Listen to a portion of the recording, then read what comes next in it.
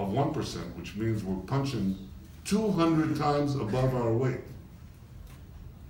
It means that we're not 2 times our size, or 10 times our size, or 20 times our size, 200 times our size. We are a global power in cybersecurity.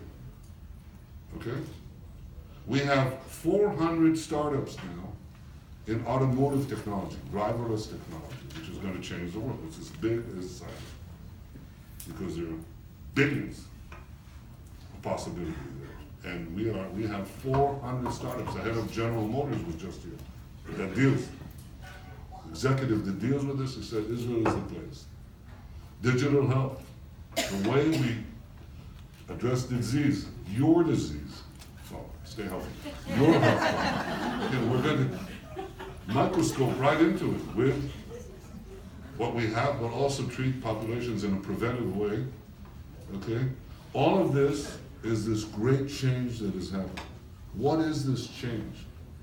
It's a vast change, dazzling pace. If you look 10 years ago at the 10 largest companies in the world, they were 5 energy companies and 1 IT company, Microsoft. Today, just a few years later, it's completely reversed. 5 IT companies and only 1 energy company left, and it fell in its rating. This is the nexus of big data, connectivity, that's the internet, and artificial intelligence. And this is where Israel excels. So we've become all of a sudden a cyber security power and a digital health power. We have a car industry all of a sudden. You use Waze? Yeah. Yeah? Where was that invented? Here, right? Yeah, but there's something better now. It's called, never mind. Okay. Hundreds of these things. This is an explosion. And all these countries understand, not only to protect themselves against terrorism, but to seize the future. Everything is becoming technologized. And Israel is a global force in technology. So I said P? Okay, as they all come here for their interest. If they don't ask me, I ask them. I say, what about the Palestinians? They say, what? Most of them don't raise it, they don't care. But I raise it. I said, why don't you invite us for direct talks? Abu Mazen and me. It's the only way you can get to negotiate peace is by beginning this negotiation. No conditions. And they said, well, what do you want to do? I said, how about your capital? Right now, I'll change my schedule. I mean, we're talking literally hundreds of these offers. And they say, wow, they get really excited. So they go to Ramallah, and they say to Abu Mazen, Prime Minister Netanyahu is willing to meet right now without preconditions. Come to our capital. And invariably the answer they get is, what do they get?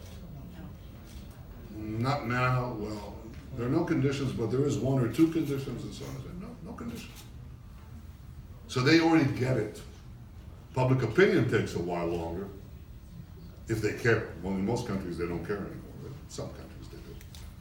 But to the extent that they ask the question, or that I ask the question, they get a very clear answer. We're willing to negotiate peace immediately, without preconditions, and the other side is not. They have strange politics. Okay? I like it. So it's TTP. Terror, technology, peace. For these reasons, Israel's situation in the world is changing at a dazzling pace. And it's just a question of time, as I said in the UN, that this bilateral change across the continents is going to be reflected in the way countries vote in the UN. You mark my words. It'll happen. And you can tell this, you can begin to tell it to your readers, listeners, viewers, whatever. It's coming in a big way. I mean, I hate to be the bearer of good news, but this is great news.